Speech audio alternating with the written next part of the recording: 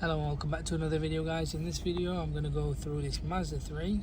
I'm just going to go through it briefly so I can give you all an idea of what's what. So the engine management light's on and there's a slight play in it's not smooth. It's playing up in that sense. Now, looking at the fault code, we have P0171, system 2 lean bank 1. Now this could be a fair few things in terms of mechanically. Your best checking, cheapest, easiest option would be to clean the MAF sensor. Okay, once that's done, check around for any leaks, see if there is any leaks anywhere. Check for the valves, see if they're functioning okay. Make sure these are all plugged in. Just check for any leaks in that sense. That's what I would recommend in this case. But obviously the engine's playing up there, the sort of like,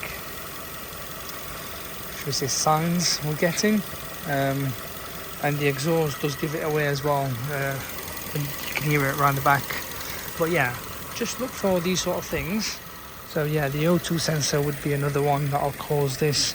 We can do the live data and check. The exhaust system, again, could be another issue. We'll have to check them sensors there and to see if there is any leak. But there has been this car has already had a brand new exhaust on.